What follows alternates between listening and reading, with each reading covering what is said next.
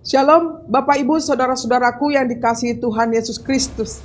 Sangat senang sekali bisa berjumpa dengan saya di sini untuk menyampaikan renungan kita pada hari ini.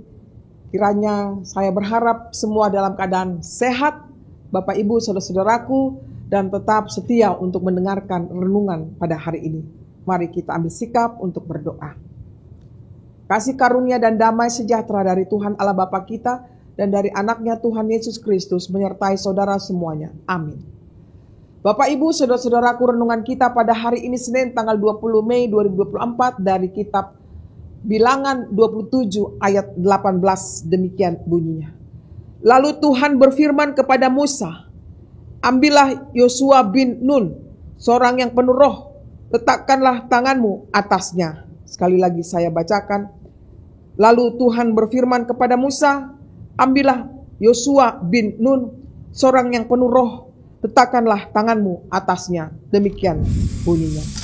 Judul renungan ini adalah patuhi dan taatilah hanya kepada Tuhan saja. Saudara-saudaraku, setiap orang percaya dituntut untuk patuh dan taat kepada aturan yang ditetapkan oleh Tuhan. Walaupun terkadang itu menyakitkan bagi kita, tetapi haruslah kita senantiasa menaatinya. Demikian yang dialami oleh Nabi Musa. Pada akhirnya masa kepemimpinannya akan berakhir. Tuhan tidak memperkenankannya memasuki tanah Kanaan karena pemberontakannya kepada Allah. Luar biasa. Kita bisa lihat Bilangan 27 ayat 14. Mata air beriba dekat Kades menjadi pengingat peristiwa tersebut, saudaraku.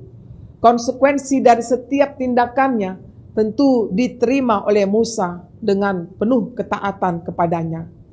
Namun Musa memohon kepada Tuhan Allah untuk menyelamatkan bangsa Israel dengan memilih pemimpin baru bagi mereka. Pemimpin yang membimbing umatnya seperti gembala membimbing kawanan domba. Saudaraku, Tuhan memilih Yosua sebagai pengganti Musa di sini. Bagi Yosua tentu banyak pergumulan untuk menerima tugas yang berat ini.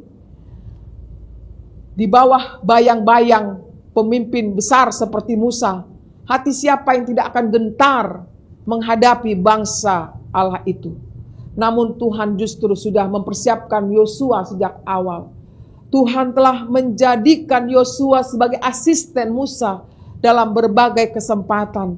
Kita bisa melihat dalam teks Keluaran 17 ayat 8 sampai 13, Keluaran 24 ayat 12 sampai 18. Kali ini pun Tuhan sendiri yang menyatakan pilihan dan pengurapannya atas diri Yosua semata, dan Musa kemudian memperkenalkan Yosua di hadapan umat Tuhan itu.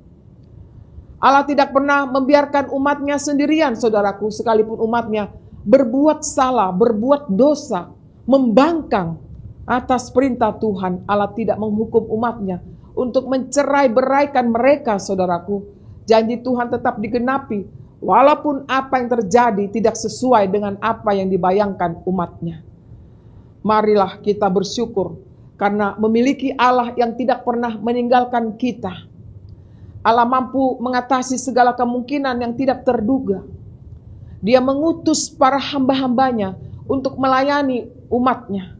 Bersyukurlah karena kita memiliki Allah yang sanggup mengatasi segala masalah kehidupan kita. Dan Dia menyediakan segala sesuatu yang dibutuhkan umatnya. Allah menjamin karya keselamatan tetap terjadi ketika kita mau selalu patut dan taat kepadanya. Seperti Yosua yang karena ketaatannya dipilih Allah untuk membawa bangsa Israel memasuki tanah Kanaan, tanah perjanjiannya. Baiklah saudara-saudaraku, kita imani akan penyertaan Tuhan kepada kita semua apabila kita taat kepadanya. Mari kita taat kepadanya, mari kita patuhi perintahnya dalam firman-Nya, maka kita memperoleh kehidupan yang Tuhan telah janjikan kepada kita. Amin. Mari kita berdoa.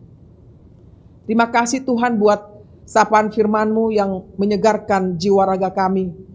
untuk senantiasa kami dipanggil untuk taat dan mematuhi perintah-Mu, sehingga kehidupan kami, kehidupan yang indah di hadapan-Mu. Bapa di surga, berkenanlah Engkau memberkati kami, agar kami memperoleh kekuatan untuk menjalani hari-hari hidup kami. Kami percaya kami tidak sendirian. Engkau senantiasa bersama dengan kami. Kami mau berdoa Tuhan untuk seluruh jemaat-Mu, dimanapun mereka berada pada saat ini. Engkau tetap hadir di tengah-tengah kehidupan mereka. Engkaulah yang memimpin hidup mereka, mengasihi mereka, sehingga mereka dalam keadaan apapun, mereka tetap mengingat akan janji-Mu Tuhan, kasih penyertaan-Mu selama-lamanya. Bapa di surga, sepanjang aktivitas kami mau serahkan padamu. Engkaulah yang pimpin kami. Beri kami kesehatan, kekuatan, hikmat-Mu. Dan biarlah jalan kami sesuai dengan jalan-Mu saja ya Tuhan. Kami juga mau berdoa buat setiap anak-anak yang sedang menuntut ilmu Tuhan. Biarlah mereka rajin belajar dan dapat menyelesaikan tugas-tugasnya dengan sebaik-baiknya. Kami berdoa semua orang tua Tuhan mampu membimbing anak-anak mereka, sehingga mereka bersukacita menjalani amanah-Mu untuk mereka sampaikan di tengah-tengah kehidupan anak-anak mereka. Kami berdoa bagi pemuda-pemudi-Mu Tuhan yang sampai sekarang belum mendapat pekerjaan. Kiranya Engkau memberikan kesempatan bagi mereka untuk berkarya. Ya Bapa di surga, inilah doa kami. Kami panjatkan hanya dalam Yesus Kristus Tuhan kami. Amin. Terimalah berkat Tuhan.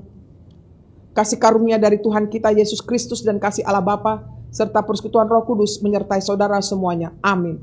Demikianlah sapaan renungan dari saya untuk saudara-saudara, kiranya dapat bermanfaat.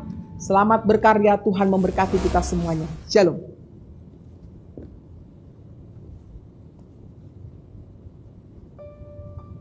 Oke, satu lagi ya, Mak.